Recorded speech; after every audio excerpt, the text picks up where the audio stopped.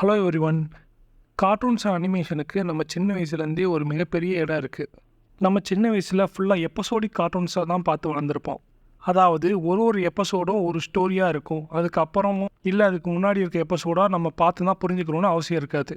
உதாரணத்துக்கு Tom and Jerry, road runner, அது மாதிரி.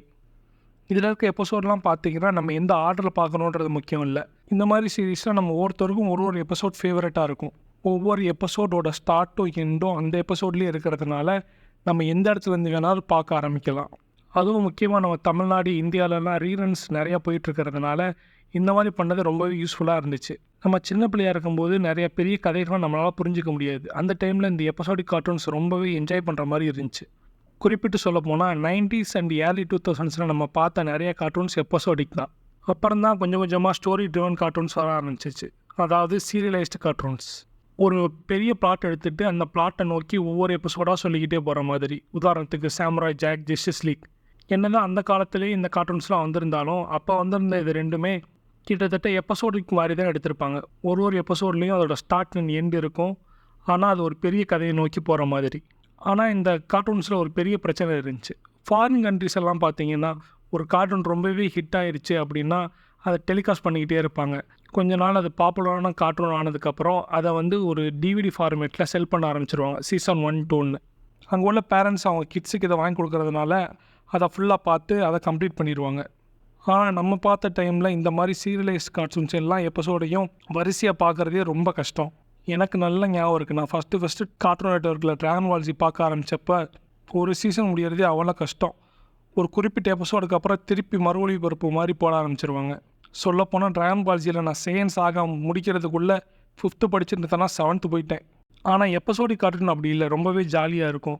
எந்த எபிசோட் போட்டாலும் பார்க்கலாம். அதுவும் முன்னாடி பின்னாடி பார்க்கணுன்னு எந்த அவசியம் கிடையாது. ஆனால் காலப்போக்கில் சீரியலைஸ்டு கார்ட்டூன்ஸ் கொஞ்சம் கொஞ்சமாக வர ஆரம்பிச்சிருச்சு. Avatar, the last airbender, Ben 10, Jackie Chan, இந்த கார்ட்டூன்ஸ் மாதிரி கொஞ்சம் கொஞ்சமாக நம்ம ஸ்டோரி உள்ள கார்ட்டூன் நல்லா ரசித்து பார்க்க ஆரம்பிச்சிட்டோம். அதுவே இப்போ பார்த்தீங்கன்னா 90s 2000 மாதிரி நம்ம ரொம்ப நாள் ஒரு கார்ட்டூனை வெயிட் பண்ணி பார்க்கணுன்னு அவசியம் இல்லை. எவ்வளவோ ஸ்ட்ரீமிங் பிளாட்ஃபார்ம்ஸ் வந்துருச்சு. அதில் போய் ஃபுல்லாக பெஞ்ச் வாட்ச் பண்ணிட்டு போயிடுறாங்க. அதுதான் பெரிய காரணமோ என்னமோ தெரியலை, எபிசோடிக் கார்ட்டூன் பார்க்குற எண்ணிக்கை கொஞ்சம் கொஞ்சமாக குறைஞ்சிக்கிட்டே வருது. இப்போ ஹிட்டாக இருக்க மோஸ்ட் ஆஃப் த கார்ட்டூன்ஸ் எல்லாமே சீரியலைஸ்ட் கார்ட்டூன்ஸ்னு நம்ம தாராளமாக சொல்லலாம். 2000லேயே நிறைய அந்த மாதிரி கார்ட்டூன்ஸ் வந்திருந்தாலும் ஃபேம் காரணமாகவோ இல்லை ஏதோ ஒரு பிரச்சனைனாலேயோ நிறைய கார்ட்டூன்ஸ் நிப்பாட்டிட்டாங்க. நம்ம சாமுராய் ஜாக், ஸ்வாட் கேட்ஸ் மாதிரி ஸ்டோரி ட்ரிவன் கார்ட்டூனாக வந்ததுனால அதுக்கு அடுத்து வர எல்லா கார்ட்டூன்ஸுமே அதே மாதிரி வர ஆரம்பிச்சிருச்சு. அதுக்காக சீரியலைஸ்டு ஒரு எபிசோடோட தொடர்ச்சியாக அடுத்த எபிசோடு வர்றது நான் ஒன்றும் தப்புன்னு சொல்ல வரல. அது நல்லா இருக்குன்ற ஒரே காரணத்துக்காக எபிசோடு கார்ட்டூன்ஸை விட்டுற வேணும்னு தான் சொல்கிறேன். சீரியலைஸ்ட் கார்ட்டூன்ஸில் இருக்க இன்னொரு பெரிய ப்ளஸ் என்னென்னா அதை நம்ம பார்த்துட்டு அதை நம்மளுக்குள்ளே டிஸ்கஸ் பண்ணிக்கலாம். ஒருத்தவங்களோட ஒப்பீனியன், ஃபேவரட் கேரக்டர்னு அது ஒரு பெரிய டிஸ்கஷனே க்ரியேட் பண்ணியிருக்கு. எபிசோடிக் கார்ட்டூன்னாலே வெறும் காமெடி மட்டும்தான், அதில் வேறு இன்னும் பெருசாக இருக்காது அப்படின்னு நினைக்கிறாங்க.